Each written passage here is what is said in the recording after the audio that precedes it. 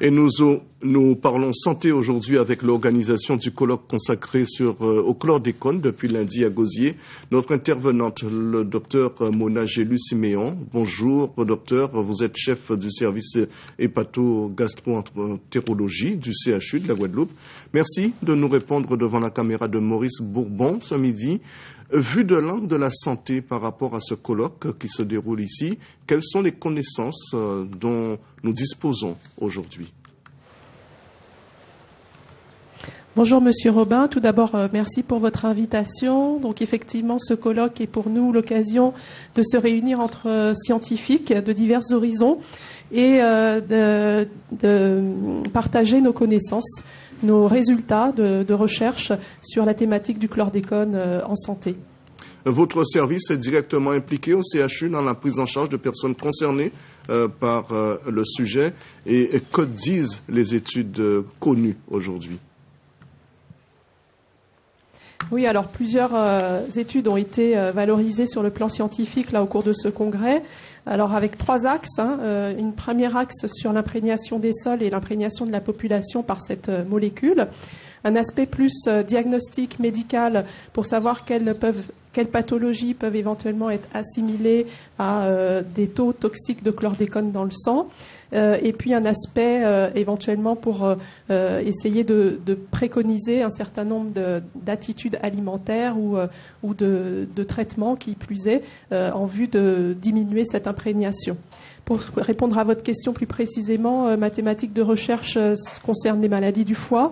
Donc j'ai eu à exposer les résultats. Nous nous étions intéressés personnellement à l'impact que pourrait avoir le chlordécone sur l'évolution de maladies chroniques du foie en termes de détérioration du tissu hépatique. Nos résultats sont encore préliminaires, mais il semblerait que ça ne correspond pas à ce à quoi nous attendions, en tout cas pas de façon aussi toxique qu'on aurait pu l'imaginer d'après les travaux répertoriés chez la souris. Et des travaux qui se poursuivent pour mieux comprendre et mieux analyser la situation sur ce point précis? Oui, bien entendu, nous ne nous contenterons pas de cela. Justement, ces échanges nous permettent d'améliorer nos projets, nos façons d'appréhender le sujet. Et les travaux se poursuivent. Parallèlement pour les pathologies cancéreuses, on a vu que pas mal de cancers étaient devenus très fréquents dans nos régions, Guadeloupe, Martinique. Et donc, il nous tient à cœur de voir si le taux de chlordécone dans le sang peut y être associé ou pas. Et dans ma thématique, pour ce qui est des cancers digestifs, cancer de l'estomac, cancer du foie, cancer du pancréas, ce sont des recherches en cours. Alors, par rapport justement à ces connaissances actuelles, comment abordez-vous la question des patients qui se présentent à vous avec des anomalies et qui pourraient être liées au chlordécone? Alors pour l'instant, l'attitude reste de faire des diagnostics de façon collective pour essayer de mettre un lien de cause à effet sur une pathologie. On est obligé d'appréhender le sujet sur des cohortes de patients. On n'a pas encore la possibilité d'appréhender des schémas individuels qui permettraient de dire, voilà, en fonction du taux de chlordécone, vous avez tel ou tel risque. Les travaux ne sont pas encore suffisamment aboutis pour pouvoir raisonner de cette façon-là. Il y a aussi la préoccupation liée aux enfants. Il y a des avancées. On a constaté un certain nombre de choses sur l'arrivée des nouveau-nés, par exemple.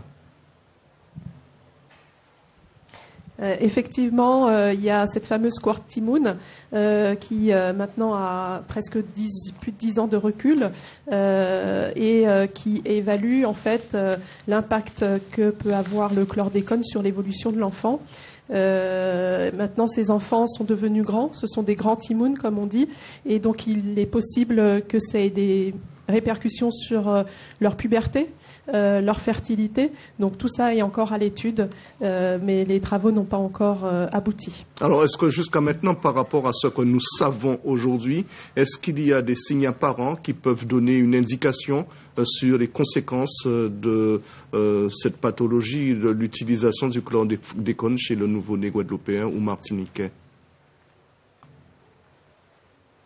Des signes apparents, donc on l'a vu pour le cancer de la prostate, hein, ça c'est vraiment un signe apparent.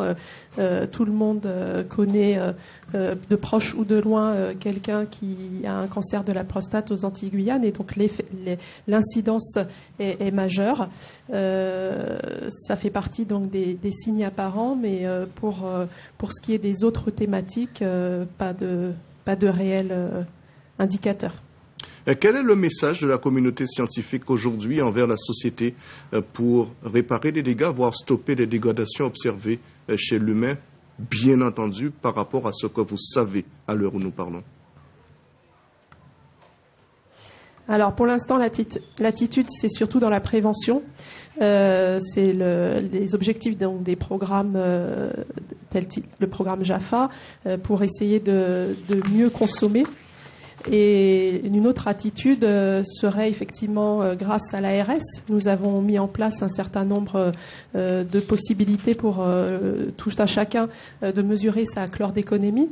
Donc peut-être, même s'il n'y a pas de retentissement au niveau individuel, de répercussion au niveau individuel, mais peut-être qu'en ayant une meilleure approche de la chlordéconémie dans notre population, on pourra aussi dégager un certain nombre de préconisations plus proches de nos préoccupations.